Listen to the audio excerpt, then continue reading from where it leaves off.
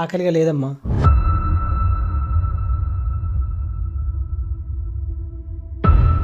బాధపడకమ్మా.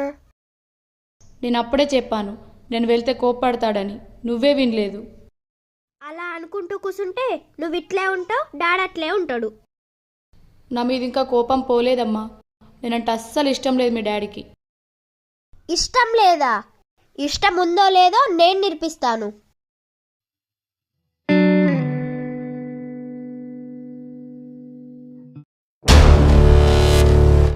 వాకిలి ఇట్లేనా ఊడ్చుడు? ఆ గ్లాస్ అట్లే ఉంటుందా?